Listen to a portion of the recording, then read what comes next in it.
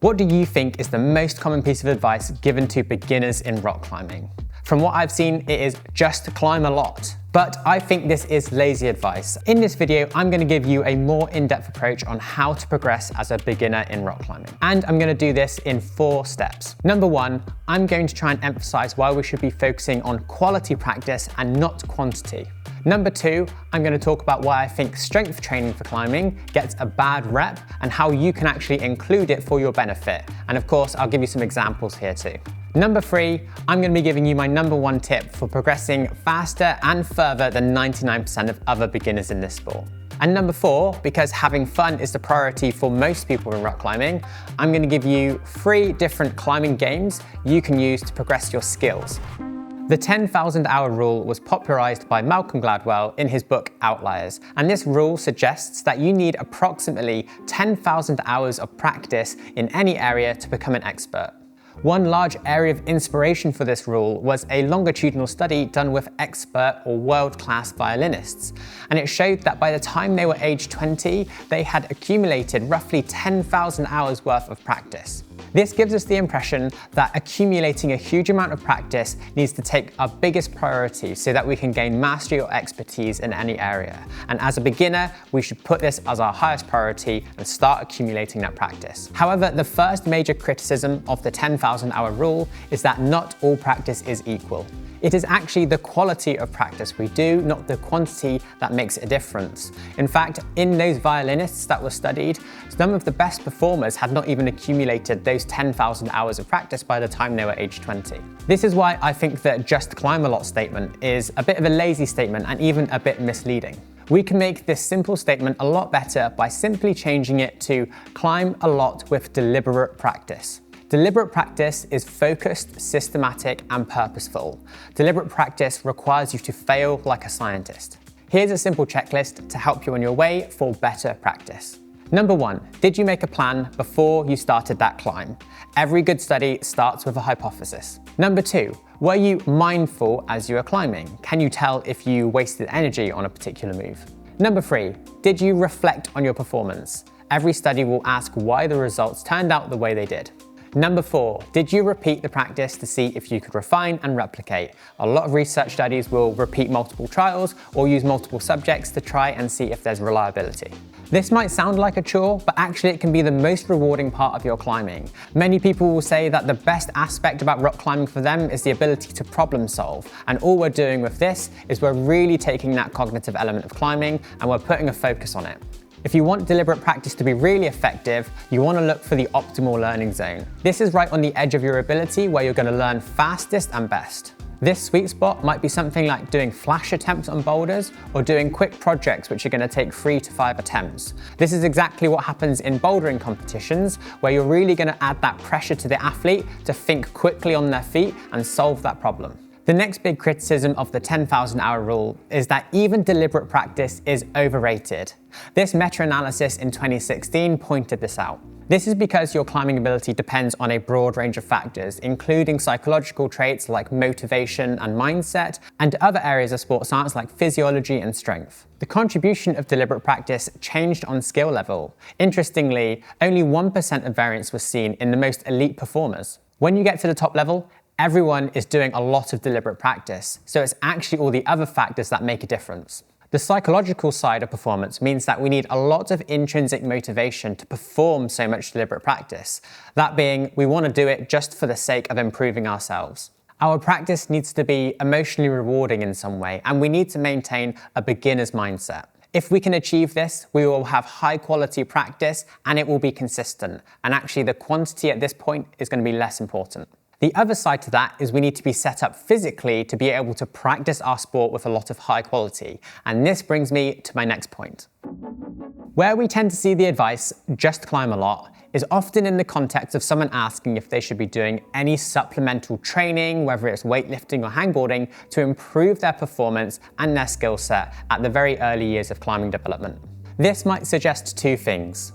A, that person is concerned that doing more on top of their climbing is going to increase their risk of injury, perhaps overdoing it and doing too much training. And B, that any strength training they're doing is time wasted that should be spent learning their sport and developing technique.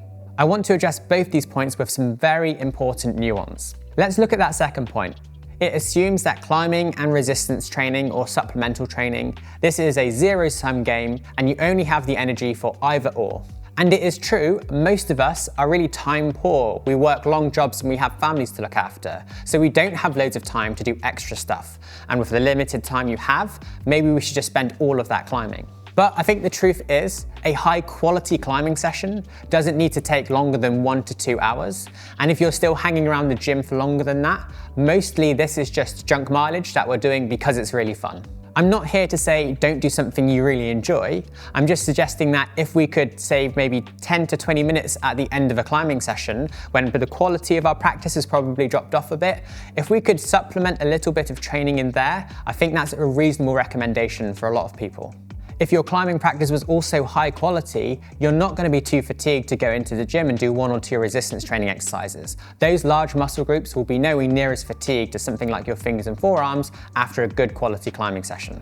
The idea that resistance training is really time consuming is false. It's often more a motivation thing. And if you can spend 40 to 60 minutes across the whole week, this would be plenty of time to include some basic strength training movements which will improve your health and well-being. I don't believe this is a zero-sum game. In fact, I'm going to try and make the point that by doing a little bit of supplementary training, you're going to complement your climbing in the long run. I recognize my own bias here as a climbing coach. I have the gift of hindsight from about 13 years in this sport.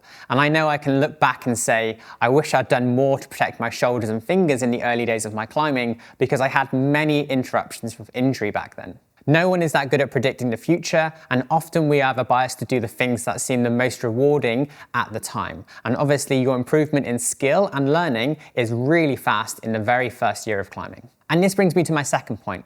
If supplemental training is done well, it should not contribute to more injuries, it should actually reduce your risk of injury in the long term. Climbing specific research on injury prevention is not as well studied as other sports. In fact, this recent research paper does point out how we have not designed injury research as well as other sports have at this stage. But there is a plethora of research which shows that appropriate and progressive strength training can reduce the occurrence of injuries. And this is actually really effective. So I'm not here to say that you're doing strength training in the early years to make up for the poor technique you might have. Actually, what I'm saying is that if you want to be able to maintain your practice consistently without interruptions from injury, a little bit of supplementary training after your climbing sessions or on separate days could be one of the best things you do to improve your long-term practice. The contemporary view of injury prevention is to prepare your body for the load it will be exposed to during performance. It should be noted that completing high volume or high intensity resistance training may compromise your overall climbing volume and potentially increase injury risk because it will increase your time to recovery. So if your argument is that you're really time poor, this is absolutely fine. In fact, what we'd recommend is you keep this amount of resistance training really low volume in the first couple of years of the sport. So what would we recommend? Well, I'll keep it really simple. Anything that you find motivating and enjoyable. However, I realize that's not much guidance, so I will give you a really simple checklist here. Try to hit an exercise that is a pulling exercise, a pushing exercise, and a hinging exercise. Shoulder injuries can be quite prevalent in rock climbing, so if you're doing one pushing exercise and one pulling exercise, this general approach will strengthen your whole shoulder girdle, and this will be a nice way to protect it in the long run. Don't get too bogged down in making really climbing specific at this stage. Just keep it simple, and if you've not done much resistance training before, pretty much any exercise you choose will have a good benefit.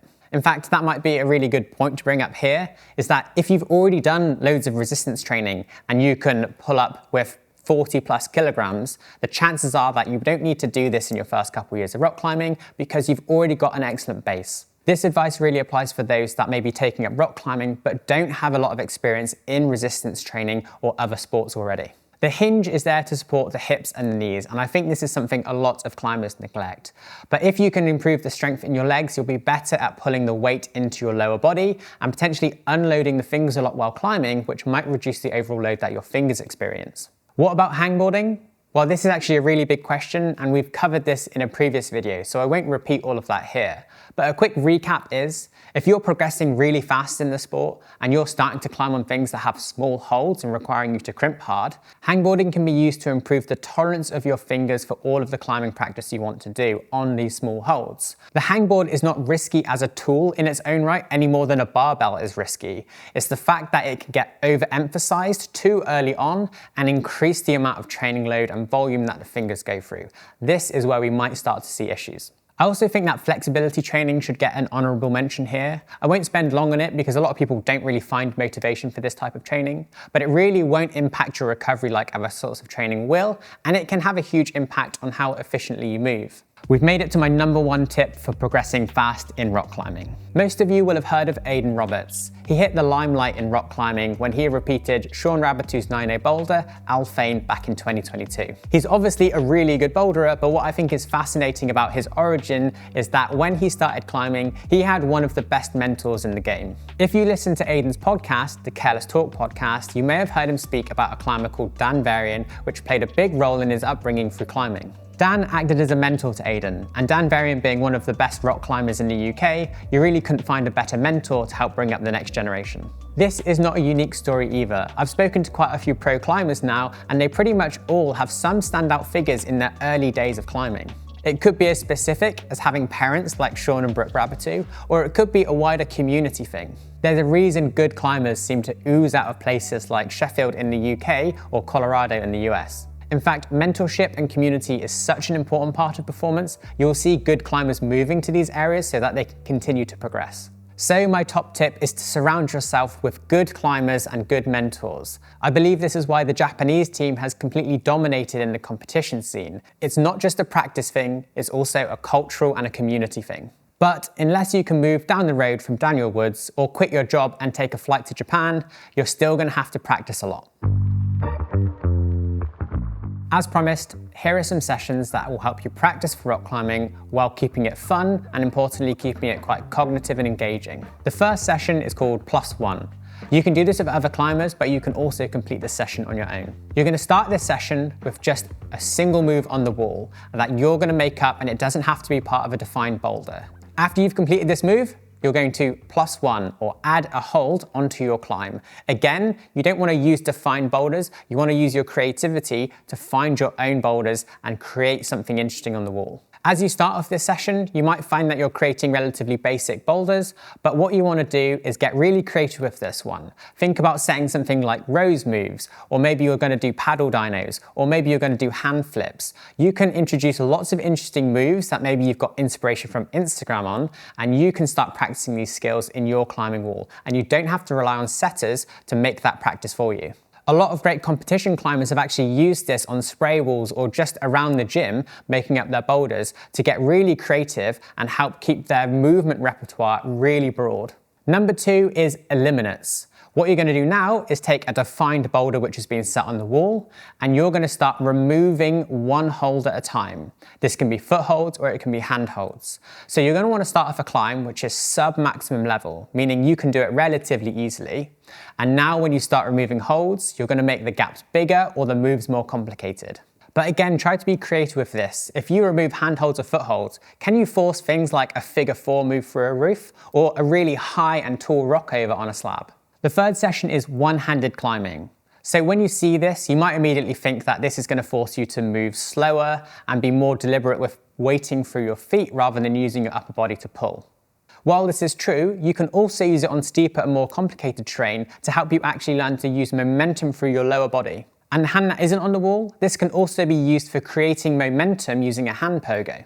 So challenge yourself and your friends to try and complete easier boulders, but only using one hand. Is this going to force you to be really deliberate with foot pressure and move very slowly across a slab? Or is it going to force you to be more dynamic and use your hip thrust into the wall to unweight your upper body? Let's rephrase that common tagline of just climb a lot. Do a lot of deliberate practice that keeps you motivated.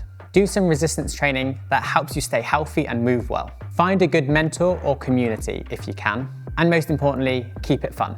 If you still want some more ideas for deliberate practice and technique sessions, I recommend you watch this video over here. Thank you for watching. We'll see you next time.